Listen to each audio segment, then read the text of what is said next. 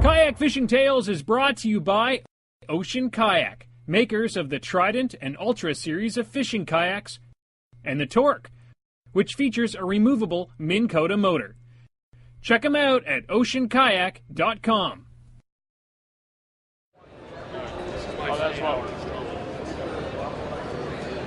An important part of my navigation equipment on my kayak has always been a Navionics chip. I have that in my fish finder, and I have it in a handheld GPS.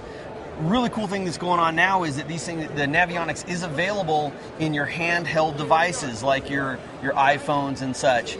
And now, which is even better, there is user-generated content. People can go into the Navionics site and adjust where a spot might be. Sean Ruge with Navionics is going to show us exactly how we can go and adjust in here on the site, how you can move a launch point or a rock pile or whatever. Absolutely. So what we've done is every one of the points within the map itself, whether it's a buoy, a rock, a boat ramp, you name it, it is manipulatable within the application. So what we're allowing users to do is not only change data that's within the map now, but add new data that's not there currently. So to give you an example, here's an area, Jim, you're familiar with. You got La Jolla boat launch. Yeah, this is the boat launch in La Jolla that I fish all the time. The street comes right in here, so the boat launch is actually here. The old boat launch mark is out at sea. Yep. So he can go in there and manipulate that, and then anybody else who goes to the Navionics site or uses their Navionics chart will see the update. Absolutely. You can see here, this particular one has a little green plus sign. That tells me that this point was actually not one that Navionics added. This is something that an end user has put on the chart, but as you can tell, they put it in a little bit different location. So what I'm going to do is go in, and like I said, any user can do this.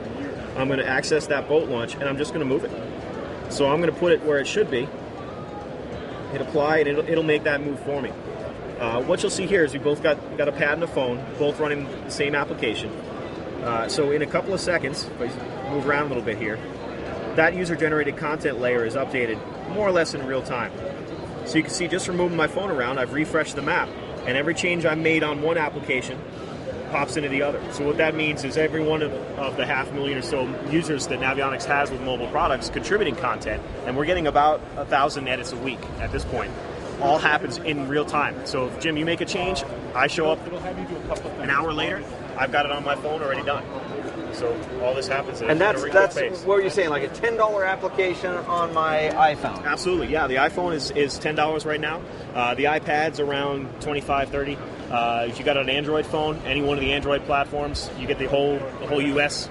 It's no longer East Coast, West Coast. You get the whole thing, marine and lakes. For Android's about $13. Wow, that is incredible. That is absolutely awesome, man. What a great product. I got to get that on my phone. I've got it on all my other electronics, my fish finder and everything. I got to get that downloaded on my phone. Well, that is you've awesome. got this on some of your other devices now. What you'll see coming into 2012 is all that user-generated content will start making its way into the other electronic devices. And I can pull my chip and update my chip. Absolutely. Yeah, so if you go to our website, you'll see something called Freshest Data. You take your chip, you plug it into our website, and you'll be able to download one of the mapping data changes will be the user-generated content layer. So you'll be able to display that on your Winner spot or your Rainbow plot or whatever you got on your kayak. That's amazing. That is amazing. Navionics.com?